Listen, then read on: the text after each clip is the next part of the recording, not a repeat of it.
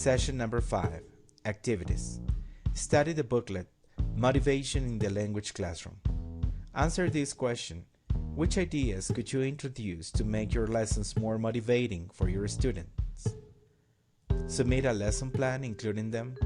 Watch video Pocker chips and answer a questionnaire. Pocker chips.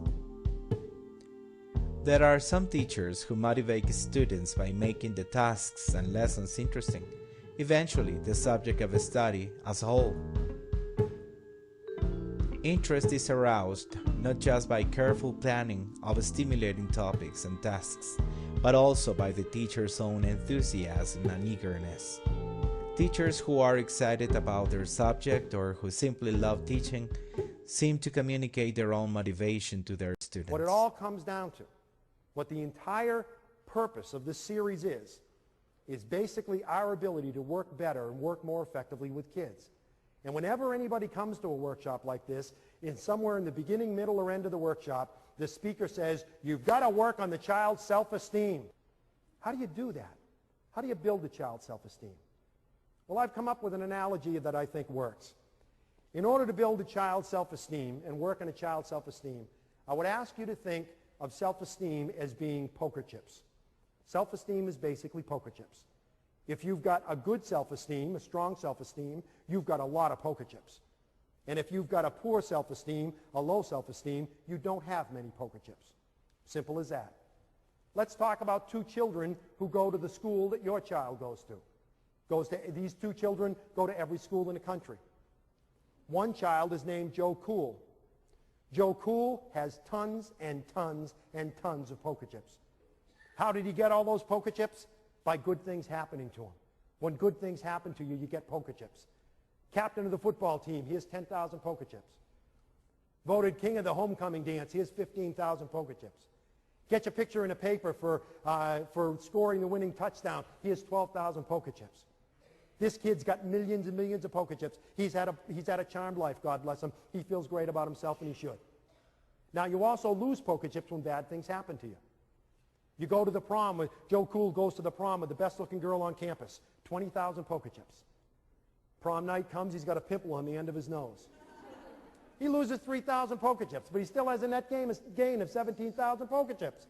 He's still 17,000 poker chips ahead. And this kid goes to school every day with his baskets and bags full of poker chips.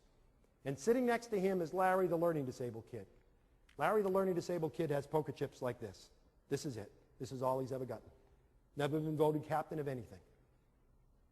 Didn't go to the prom. Never been on a team.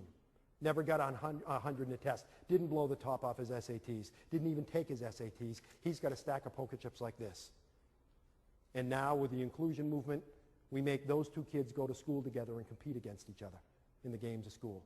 I would submit to you that that's not fair. I would submit that that's not fair. Anybody play poker here? Do we have any poker players here? Sir, Chris, could you join me up here? Would you mind?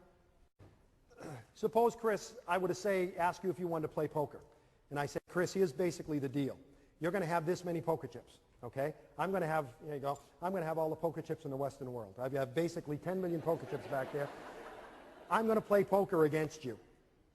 What would be your first response? Would you want to play? I don't think so. Okay, his first response would be, I don't want to play. What do we think the learning disabled kid is saying to us when he says, I don't want to go to school today, Ma? Don't make me go.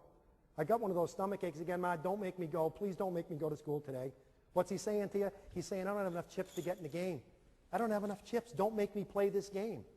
But we say to him, you got to play. The law says you've got to play, you've got to go to school. So I say to you, Chris, you've got to play poker with me. You're going to have that many chips, and I have bundles and bundles of chips back there. How would you play, Chris? Would you play conservatively, or would you play recklessly? Probably recklessly. Probably recklessly. He would be one of those that would say, I'll bet the whole thing, I don't care. That's what the learning disabled kid says when he says, sure, I can walk along the edge of that building. Sure, I can try dope. Sure, I can join a group, a gang. Sure, I can do that. In other words, I'm just going to be spontaneous and do anything. I'm just going to bet the whole thing. I don't care. I'll just bet the whole thing. Would any of you play conservatively? Yeah, some people are saying, I play conservatively. I just bet one chip at a time. That's what the kid with a learning disability is saying to you when he says, no, I don't want to ask anybody to the dance. Don't ask me to, Ma. I don't want to put anything in the science fair. I don't want to go to summer school. I'm going to take the chips that I've got, and I'm going to hold on tight to those, and I'm not going to let these go. And in school, we make these two kids play the game of school against each other, and I would submit to you that that's not fair. So in class, the first day is, we're in class one day, and the teacher says, who was the president of the United States during the Civil War? And Joe Cool's sitting there, and he's saying, I think it was Calvin Coolidge, but I'm not sure. Well, what the heck? I've got 10 million poker chips. If I get this answer wrong, it's only going to cost me 5. Was it Calvin Coolidge? Teacher says no. Larry, the learning disabled kid, is sitting there and he's looking at this little stack of poker chips. He's got 25 poker chips to his name. And he's thinking, I think the answer is Abraham Lincoln. I think the answer is Abraham Lincoln, but I just don't dare answer. I don't dare respond because I have another game I've got to play at lunch. You see, yesterday when I went to lunch, I gave the lunch lady, the one with the hairnet and the tattoo, I gave the lunch lady a $20 bill, and she only gave me change for a 10. And my father said, don't you come back without that extra $10. You go to that lady and you tell her she gave you the wrong change. And he's thinking, that's going to take me 25 chips. It's going to take 25 chips for me to go and ask that lady for my money back. So I don't dare play in this game because if I lose the chips, I won't have enough to play in the game I've got to play at lunch. And the teacher says, the right answer is Abraham Lincoln. And Larry goes, oh, I should have done it. I should have done it. The reality is that the self-esteem of our kids, the problem with the self-esteem of our kids is they just don't have enough poker chips. The solution is to give them poker chips. How do you give kids poker chips? How do you build their self-esteem? One is you find, if you're a parent or you're a teacher, you find the island, what Bob Brooks calls the island of competence. You find the one thing that that child can do well and you make a big deal out of that. You celebrate that. You make that very important. If you're a mom and the only thing your child knows how to do is use a Phillips head screwdriver, every Thursday before he gets off the bus, you loosen every bloody screw in the house. And when he gets off the bus, you give him the screwdriver and you say, go to it, pal, because nobody does it like you. You got to be a talent scout. You got to find things he does well. You got to find, because every time you praise a child, every time you say, that was a good job, you're giving him poker chips.